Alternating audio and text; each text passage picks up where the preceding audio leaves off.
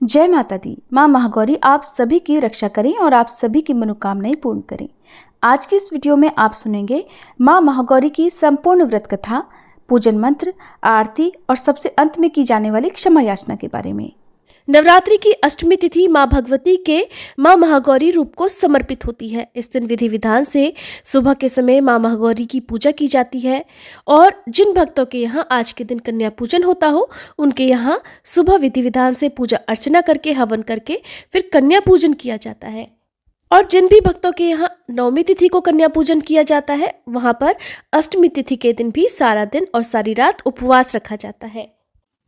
ये बात तो आप सभी जानते होंगे कि देवी पार्वती एक बार भगवान शिव से नाराज हो गई थी, क्योंकि भगवान शिव ने हास परिहास में उन्हें काली कलुटी कह दिया था।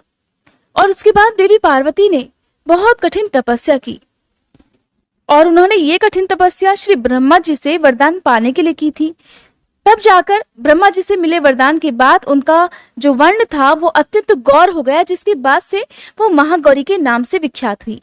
आप देवी पार्वती की जो माँ महागौरी के रूप की कथा सुनते हैं, आपने बहुत बार सुनी होगी, लेकिन वो सारी कथाएं बहुत ही संक्षेप में होती हैं और जो विस्तार पूर्वक कथा है वो आपको केवल शिव महापुराण कथा में सुनने को मिलेगी, जिसमें से विस्तार पूर्वक कथा आज मैं आपको सुनाने वाली हूँ।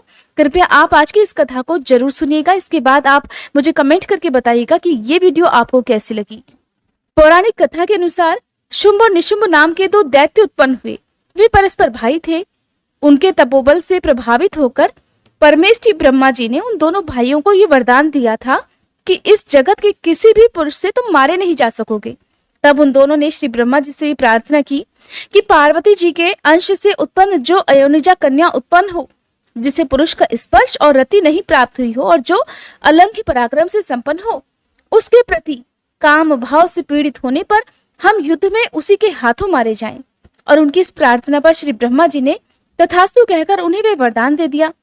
तभी से युद्ध में देवराज इंद्र आदि देवताओं को जीतकर उन दोनों दैत्यों ने जगत को अनीति पूर्वक वेदों के स्वाध्याय से रहित कर दिया। तब ब्रह्मा जी ने उन दोनों के वध के लिए एक बार भगवान शिव से प्रार्थना की। ब्रह्मा जी कहने लगे, हे प्रभु, हे भोलेनाथ, आप एकांत में देवी की निंदा करके जैसे भी हो सके उन्हें क्रोध दिलाइए और उनके रूप रंग की निंदा से उत्पन्न हुई काम भाव से रहित कुमारी स्वरूपा शक्ति को निशुंभ और शुंभ के वध के लिए देवताओं को अर्पित कीजिए। श्री ब्रह्मा जी के इस प्रकार प्रार्थना करने पर भगवान शिव ने एकांत में ले जाकर देवी पार्वती की निंदा सी करते हुए मुस्कुराकर कहा कि देवी, तुम तो काली हो। तब सुंदर वर्ण वाली देवी पार्वती अपने श्याम वर्ण के कारण ये आक्षेप सुनकर बड़ी क्रोधित हो गई और भोलेनाथ से मुस्कुराकर समाधान रहित वाणी में बोली कि प्रभु, अगर मेरे इस काले रंग पर आपका बिल्कुल भी प्रेम नहीं है तो इतने लंबे समय से आप अपनी शिक्षा का दमन क्यों करते रहे? कोई स्त्री कितनी ही सर्वांग सुंदरी क्यों ना हो, अगर पति का उसके प्रति प्रेम ना हुआ तो अन्य समस्त गुणों के साथ उसका तो जन्म लेना ही व्यर्थ हो जाता है। और आपने मेरे जिस रूप रंग की निंदा की है, जिस रूप रंग की इस एकांत में निंदा की है, अब मैं उस वर्ण को त्याग कर दूसरा वर्ण ग्रहण करूंगी या फिर मैं स्वयं ही मिट जाऊंगी। ऐसा कहकर देवी पार्वती शैया से उठकर खड़ी हो गईं और तपस्या के लिए दृढ़ निश्चय करके गदगद कंठ से जाने की आज्ञा मांगने लगी। इस प्रकार प्रेम भंग होने से भयभीत होकर भोलेनाथ स्वयं भगवानी को प्रणाम करते हुए बोले कि हे प्रिय, मैंने तो हास परिहास में आपसे ये बात कह दी थी। मेरे इस अभिप्राय को ना जानकर तुम कुपित क्यों हो गई हो? अगर आपका मुझ पर प्रेम नहीं होगा तो बताओ मेरा किस पर हो सकता है? तुम इस जगत की माता हो और मैं पिता हूँ, मैं अधिपति भी हूँ, फिर तुम पर मेरा प्रेम ना होना भला कैसे संभव हो सकता है? हम दोनों का वह प्रेम भी क्या कामदेव की प्रेरणा से हुआ है? बिल्कुल नहीं, क्योंकि कामदेव की उत्पत्ति से पहले ही जगत की उत्पत्ति हुई है और कामदेव की सृष्टि तो मैंने साधारण लोगों की रति करने के लिए की है। कामदेव मुझे साधारण देवता के समान मानकर मेरा कुछ कुछ तिरस्कार करने लगा था, इसलिए मैंने उसे भस्म कर दिया और हम दोनों का ये लीला विहार भी जगत की रक्षा करने के लिए ही है। अतः उसी के लिए आज मैंने तुम्हारे प्रति ये परिहास पूर्वक बातें कह दी और मेरे इस कथन की सत्यता कि मैंने तुम्हें काली कलुटी क्यों कहा जल्दी ही तुम्हें पता चल जाएगी। तब देवी कहने लगी, हे भगवान, पति के प्यार से वंचित होने पर जो नारी अपने प्राणों का भी परित्याग नहीं कर देती, वह कुलांगना और शुभ लक्षणा होने पर भी सत्पुरुषों द्वारा निंदित ही समझी जाती है। मेरा शरीर गौरवर्ण का नहीं, इस बात को लेकर आपको बड़ा दुख होता है। नहीं तो क्रीड़ा में या परिहास में भी आप मुझे इस प्रकार काली कलुटी क्यों कहते? मेरा कालापन आपको प्रिय नहीं है और इसलिए अब यह सत्पुरुषों द्वारा भी निंदित है। अब तपस्या द्वारा इसका त्याग किए बिना मैं यहाँ रह ही नहीं सकती। देवी को क्रोधित हुआ देखकर भगवान शिव बोले, देवी, अगर अपनी शांता को लेकर तुम्हें इस प्रकार दुख हो रहा है तो इसके लिए तुम्हें तपस्या करने की भला क्या आवश्यकता है? तुम मेरी या अपनी इच्छा मात्र से दूसरे वर्ण की हो जाओ। तो देवी कहने लगी, प्रभु, मैं आपसे अपने रंग का परिवर्तन नहीं चाहती और खुद भी इसे बदलने का संकल्प नहीं ले सकती। अब तो तपस्या द्वारा श्री ब्रह्मा जी की आराधना करके ही मैं शीघ्र गौरी हो जाऊंगी। अब भगवान शिव देवी को समझाते हुए कहने लगे, महादेवी, पूर्व काल में मेरी ही कृपा से तो ब्रह्मा जी को भी ब्रह्म पद की प्राप्ति हुई थी, इसलिए तपस्या द्वारा तुम उन्हें बुलाकर फिर क्या करोगी? तो देवी कहने लगी, भोलेनाथ, इसमें संदेह नहीं कि ब्रह्मादि समस्त देवताओं को आपसे ही उत्तम पदों की प्राप्ति हुई है। फिर भी आपकी आज्ञा पाकर अब मैं तपस्या द्वारा ब्रह्मा जी की आराधना करके ही अपनी मनवांचित इच्छा पूर्ण करना चाहती हूँ। देवी के ऐसा कहने पर भगवान शिव मुस्कुराते हुए से मौन हो गए। देवताओं का कार्य सिद्ध करने की इच्छा से ही उन्होंने देवी को रोकने के लिए बिल्कुल हठ भी नहीं किया।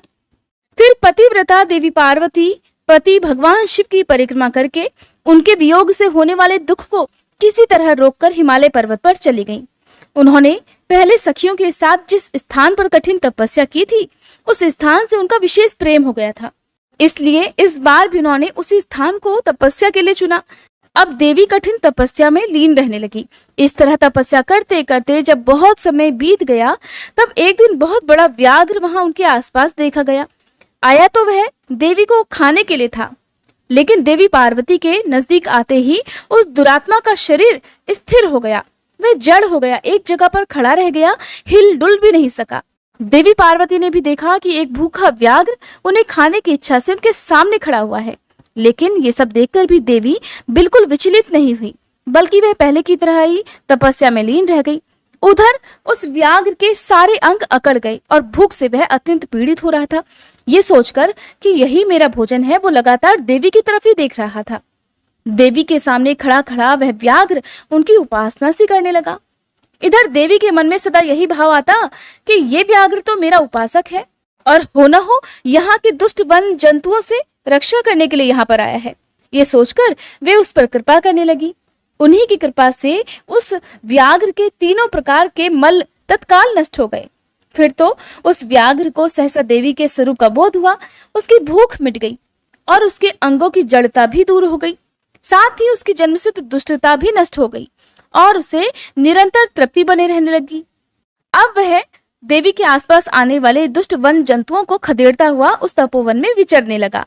इधर तपस्या में लीन देवी की तपस्या बढ़ी और तीव्र से तीव्रतर होती गई। उनकी इस कठिन तपस्या से प्रसन्न होकर श्री ब्रह्मा जी वहां पधारे। देवी ने उनके योग्य अर्घ देकर उनका स्वागत सत्कार किया।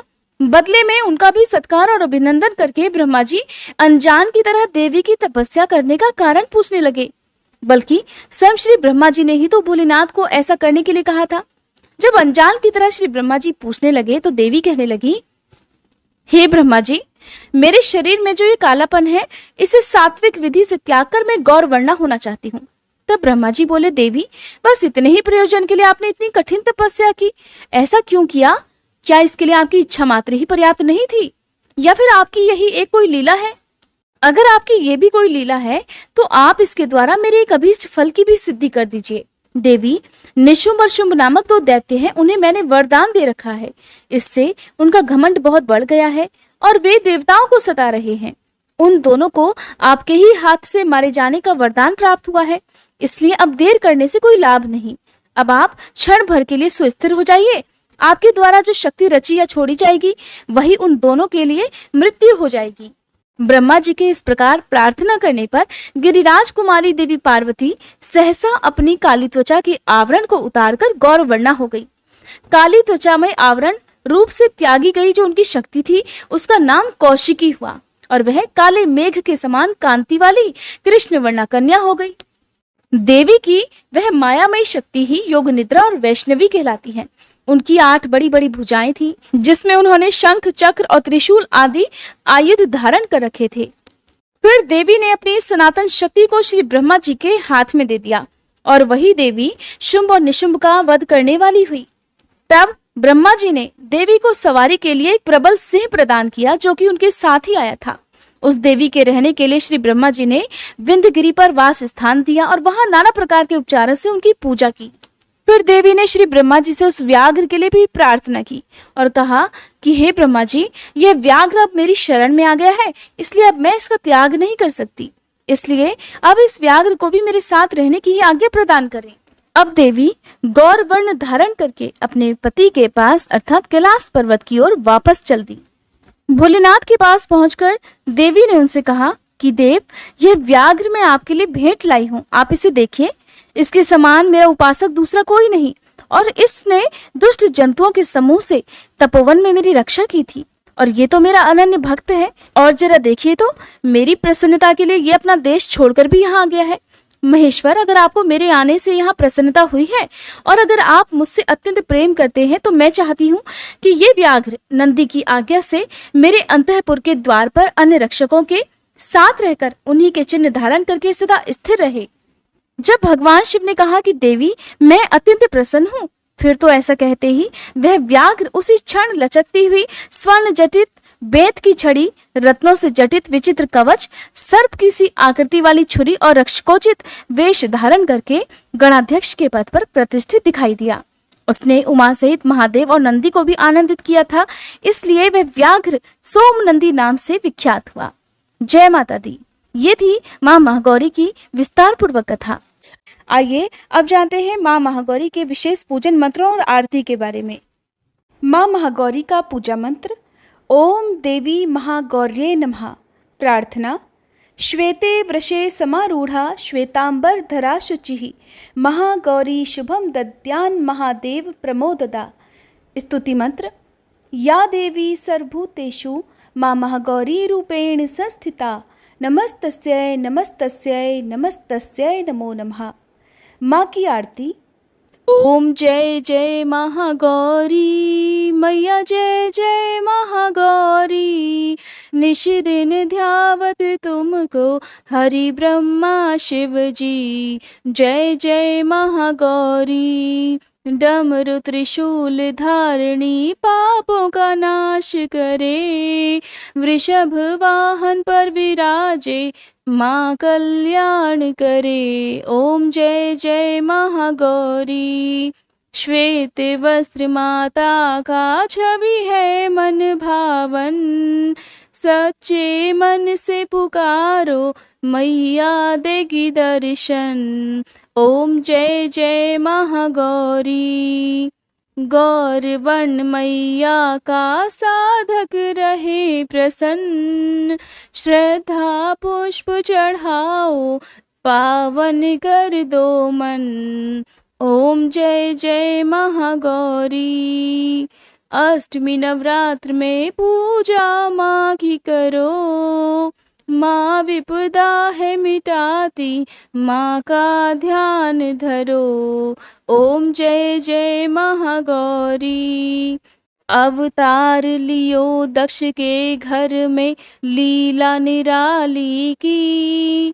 शिव बैरागी खोए मोहिनी थी डाली। ओम जय जय महागौरी। शरणागत की रक्षक माता भवानी तुम।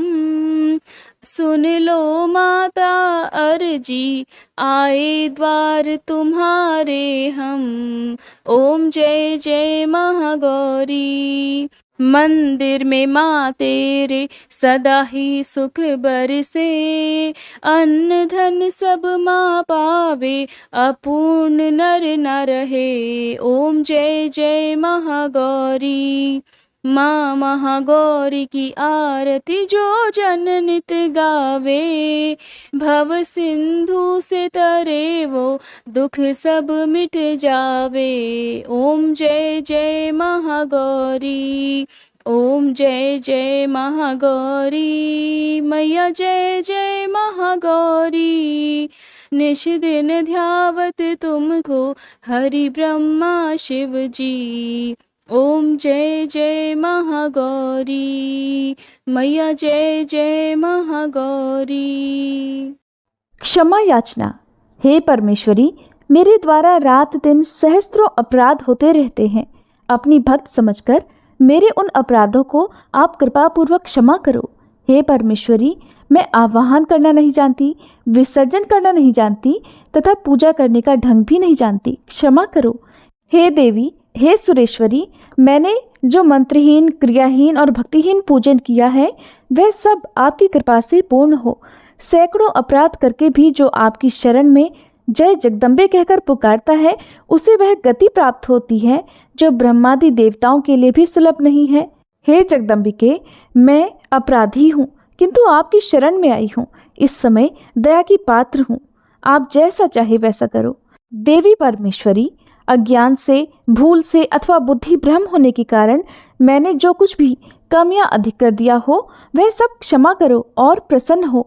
हे सच्चिदानंद स्वरूपी परमेश्वरी, हे जगन्माता कामेश्वरी, आप प्रेम पूर्वक मेरी यह पूजा स्वीकार करो और मुझ पर प्रसन्न रहो। देवी सुरेश्वरी, आप गोपनीय से भी गोपनीय वस्तुओं की रक्षा करने वाली हो। मेरी पूजा को ग्रहण करो और आपकी कृपा से मुझे सिद्धि की प्राप्ति हो। उम्मीद है आज की ये वीडियो आपको पसंद आई होगी।